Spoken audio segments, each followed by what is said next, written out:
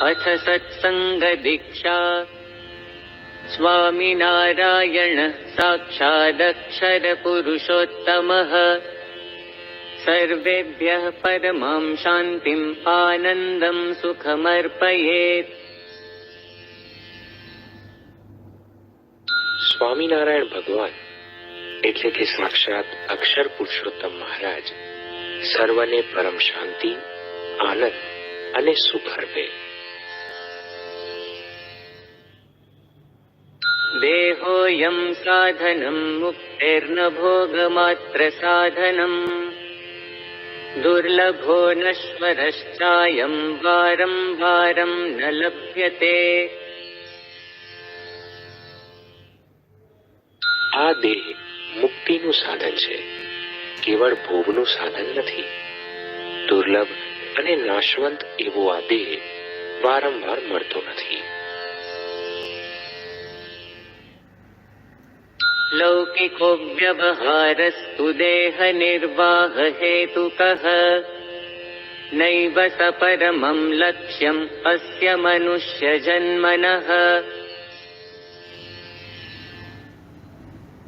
લૌકિક વ્યવહાર તો દેહના નિર્વાહ માટે છે, તે આ મનુષ્ય જન્મનું પરમ લક્ષ્ય નથી.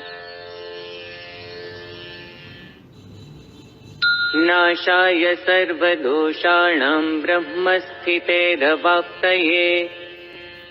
कर्तुं भगवतो भक्तिम् अस्य देहस्य लम्भनम् सर्वमिदं हि सत्सङ्गाल्लभ्यते निश्चितं जनैः अतः सदैव सत्सङ्गः करणीयो मुमुक्षुभिः।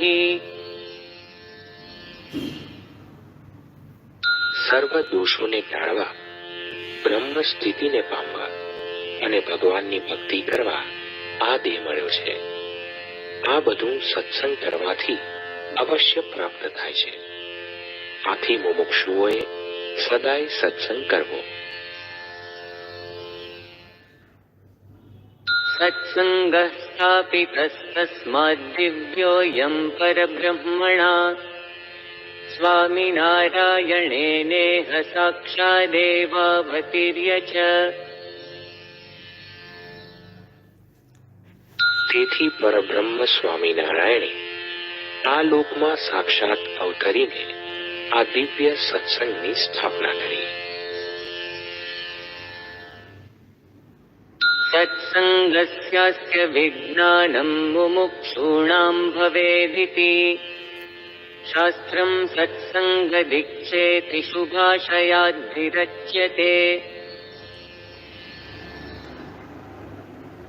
આ સત્સંગનું જ્ઞાન મુમુક્ષુઓને થાય એવા શુભ આશયથી સત્સંગ દીક્ષા એ નામનું શાસ્ત્ર રચવામાં આવે છે.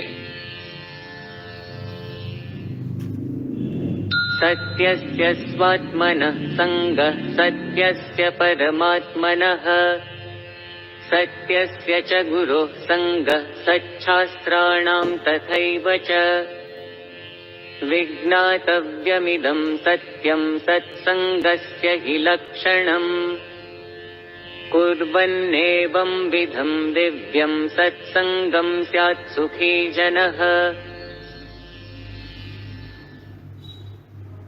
સત્ય એવા આત્માનો સંગ કરવો, સત્ય એવા પરમાત્માનો સંગ કરવો, સત્ય એવા ગુરુનો સંગ કરવો અને સચ્છાસ્ત્રનો સંગ કરવો એ સત્સંગનું સાચું લક્ષણ જણાવો. આવો દિવ્ય સત્સંગ કરનાર મનુષ્ય સુખી થાય છે. दीक्षेति दृढसङ्कल्पः सश्रद्धं निश्चयोचलः सम्यक् समर्पणं प्रीत्या निष्ठाव्रतं दृढाश्रयः। શ્લોક 10. દીક્ષા એટલે દ્રઢ સંકલ્પ, શ્રદ્ધાએ સહિત એવો અચળ નિશ્ચય, સમ્યક સમર્પણ, પ્રીતિપૂર્વક નિષ્ઠા, વ્રત અને દ્રઢ આશરો. शास्त्रेऽस्मिन् ज्ञापिता स्पष्टम् आज्ञोपासनपद्धतिः પરમાત્મ પરબ્રહ્મ સહજાનંદ દર્શિતા. આ શાસ્ત્રમાં પરબ્રહ્મ સહજાનંદ પરમાત્માએ દર્શાવેલ આજ્ઞા તથા ઉપાસનાની પદ્ધતિને સ્પષ્ટ રીતે જણાવી છે. સત્સંગાધિકૃત સર્વે સર્વે સુખાધિકારિણઃ સર્વૈર્હા બ્રહ્મ વિદ્યાયામ નાર્યશ્ચૈવ નરાસ્તથા. પુરુષો તથા સ્ત્રીઓ સર્વે સત્સંગના અધિકારી છે, સર્વે સુખના અધિકારી છે અને સર્વે બ્રહ્મ વિદ્યાના અધિકારી છે. નૈવ ન્યૂનાધિકત્વં સ્યાત્ સત્સંગે લિંગભેદતઃ સ્વસ્વમર્યાદયા સર્વે ભક્ત્યા મુક્તિં સમાપ્નુયુઃ. સત્સંગમાં લિંગ ભેદથી ન્યૂનાધિકપણું ન જ સમજવું. બધા પોતપોતાની મર્યાદામાં રહી ભક્તિ વડે મુક્તિને પામી શકે છે. સર્વવર્ણગતઃ સર્વા નાર્યઃ સર્વે નરાસ્તથા સત્સંગે બ્રહ્મ વિદ્યાયામ મોક્ષે સદાધિકારિણઃ. નન્યુનાધિકતા કાર્યા વર્ણાધારેણ કર્હિચિત ત્યક્ત્વા સ્વવર્ણમાનં ચ સેવા કાર્યામિથઃ સમૈઃ.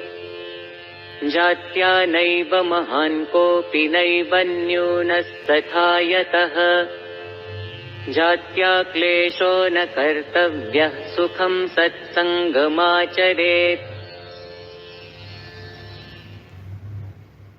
સર્વ વર્ણના સર્વ સ્ત્રીઓ તથા સર્વ પુરુષો સદાય સત્સંગ, બ્રહ્મવિદ્યા અને મોક્ષના અધિકારી છે. વર્ણના આધારે ક્યારેય ન્યૂનાધિક ભાવ ન કરવો. સર્વે જનોએ પોતાના વર્ણનું માન ત્યજીને પરસ્પર સેવા કરવી.